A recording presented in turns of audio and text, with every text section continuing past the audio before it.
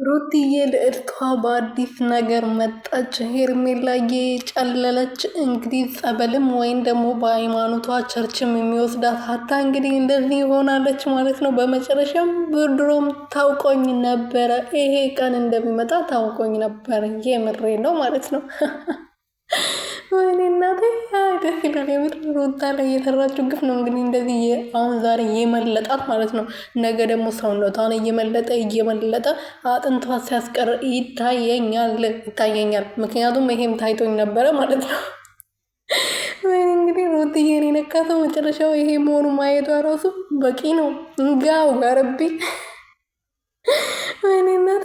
አይ መላጣ መሆን ደግሞ ያምርብሽ፣ አላበው ይመችሽ። የምር እንደዚህ ቀጥይበት። ከአብርሽ ጋር ደግሞ እንደዚህ መላጠሽን ሆነሽ ብትመጪ ጥሩ ነበረ።